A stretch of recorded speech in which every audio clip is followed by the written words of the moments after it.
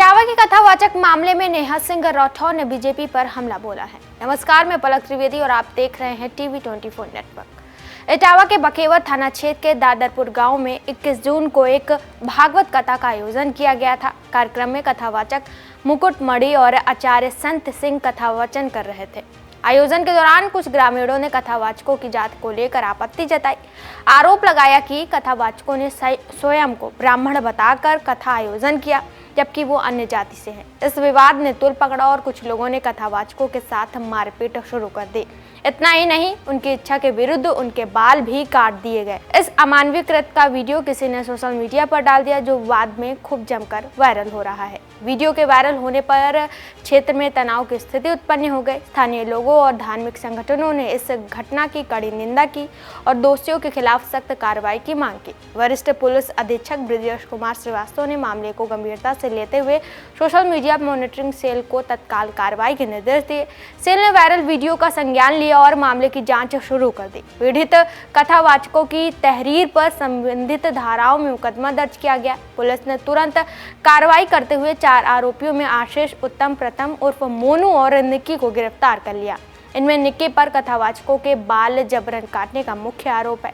वहीं इस मामले पर नेहा सिंह राठौर ने बड़ा हमला बोला है। नेहा सिंह ने अपने एक्स अकाउंट पर लंबा चौड़ा पोस्ट कर उत्तर प्रदेश और उड़ीसा की घटना का जिक्र कर लिखा कि उत्तर प्रदेश और उड़ीसा इन दोनों राज्यों में बीजेपी की सरकार है और दिल्ली में तो अपने सिंदूर लाल जी बैठे ही हुए। ऐसे में अब सवाल ये है कि इस तरह की घटनाओं के लिए असली जिम्मेदार कौन है? बीजेपी का दलित और पिछड़ा विरोधी चरित्र या उन राज्यों का खराब लॉ एंड ऑर्डर? क्योंकि ये पहली घटना नहीं है। ऐसी घटनाएं की लिस्ट बहुत लंबी है। मसलन कुछ समय पहले मध्य प्रदेश में, जहां बीजेपी की ही सरकार है, बीजेपी के एक नेता ने आदिवासी समाज के एक व्यक्ति के सिर पर पेशाब कर दिया था। इस घटना के खिलाफ बोलने पर मेरे ऊपर FIR दर्ज कर दी गई थी। खैर, मुझे जानना है कि इस तरह की घटनाएं बीजेपी शासित राज्यों में इतनी अधिकता से कैसे हो जाती। मुझे जानना है कि क्या किसी पिछड़े वर्ग के व्यक्ति द्वारा कथा वचन करना कोई अपराध है? अगर अपराध है तो उसके लिए भारतीय न्याय व्यवस्था में क्या प्रावधान है? कथावाचक के मान मर्दन के लिए जिम्मेदार लोगों की सजा मिलने की कितनी संभावना है? वहीं नेहा ने एक वीडियो जारी किया, क्या कुछ कहा आप भी सुनिए। 2 घटनाएं हैं, दोनों को ध्यान से सुनिए। उत्तर प्रदेश के इटावा जिले में यादव समाज के एक व्यक्ति को कथा सुनाने के अपराध में बेइज्जत किया गया और उसका सिर मुड़ दिया गया। सजा देने वालों को कथा सुनाने का अपराध इतना बड़ा लगा कि उस व्यक्ति के ऊपर एक महिला के मूत्र का छिड़काव भी किया गया। ये दुष्कृत्य कथा वाचन पर एकाधिकार समझने वाले लोगों ने किया। दूसरी घटना ओडिशा की है, जहां गंजाम जिले में गो तस्करी के शक में 2 दलित युवकों को बुरी तरह पीटा गया। उनका आधा सिर मुड़वाया गया। उन्हें घुटनों के बल रेंगने, घास खाने और नाली का पानी पीने के लिए मजबूर किया गया। उत्तर प्रदेश और ओडिशा, इन दोनों राज्यों में भाजपा की सरकार है और दिल्ली में तो अपने सिंदूरी लाल जी बैठे ही हुए हैं। ऐसे में अब सवाल यह है कि इस तरह की घटनाओं के लिए असली जिम्मेदार कौन है? भाजपा का दलित और पिछड़ा विरोधी चरित्र या उन राज्यों का खराब लॉ एंड ऑर्डर? क्योंकि ये पहली घटना तो है नहीं।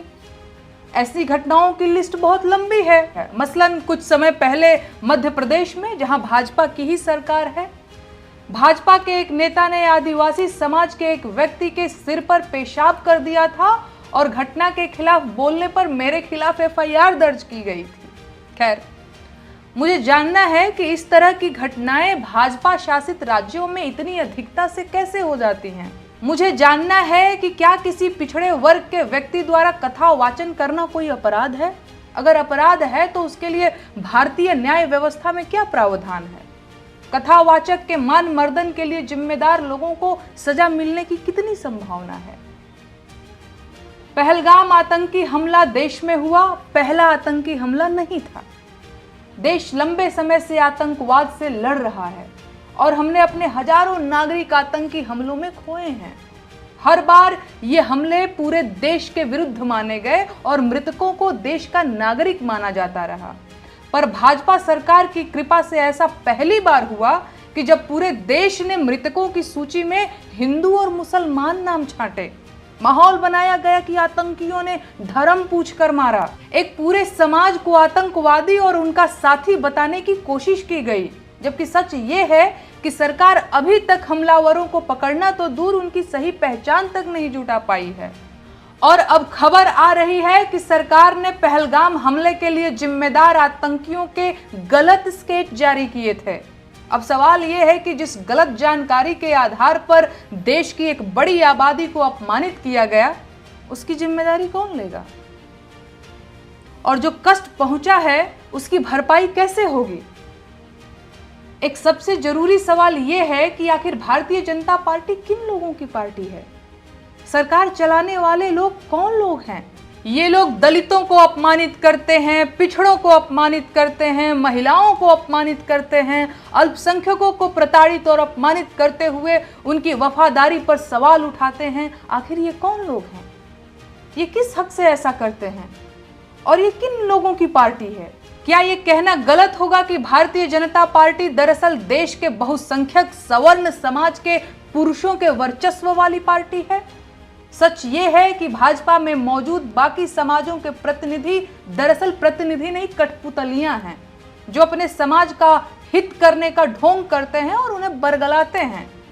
और अगर ऐसा नहीं है तो ऐसी घटनाओं पर भाजपा में मौजूद इन कठपुतलियों ने अब तक कोई व्यापक आंदोलन क्यों नहीं किया?